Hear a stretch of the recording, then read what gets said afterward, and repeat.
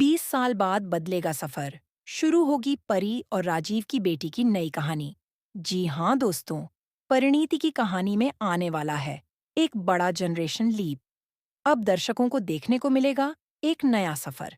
कहानी में आप देख ही रहे हैं कि एक तरफ परी को पता चला है कि वह प्रेग्नेंट है और दूसरी तरफ नीति को भी एक गुड न्यूज मिली है।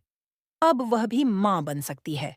जी हाँ, एक हादसा हुआ था जिसकी जिम्मेदार नीति आज तक परी को ठहराती है, जबकि उस हादसे में परी की कोई गलती नहीं थी। फिर भी नीति ने हमेशा उसे दोषी माना। लेकिन अब जब नीति को यह खुशखबरी मिली है कि वह मां बनने वाली है, तो जाहिर है उसकी जिंदगी में भी एक नई शुरुआत होने जा रही है। यानी अब परी और नीति दोनों की जिंदगी में खुशियां लौट आई हैं।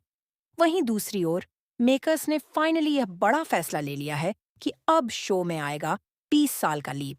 इस लीप के बाद की कहानी में आप देखेंगे कि परी, राजीव और नितिन अब इस दुनिया में नहीं होंगे।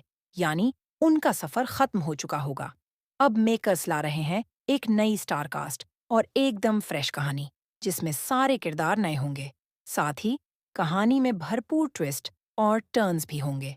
इस जनरेशन लीप में परी को एक बेटी होने वाली है और नीति भी एक बेटी को जन्म देगी। लेकिन यह नई कहानी मुख्य रूप से परी की बेटी पर आधारित होगी।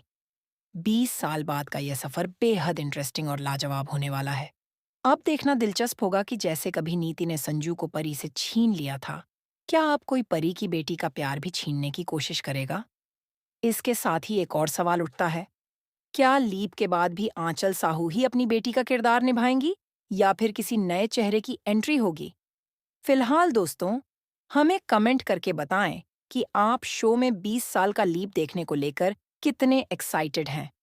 क्या आप चाहते हैं कि पुराने किरदार परी, राजीव और नीति की फिर से वापसी हो? ऐसी ही टीवी की लेटेस्ट अपडेट्स के लिए चैनल को सब्सक्राइब करना न भूलें।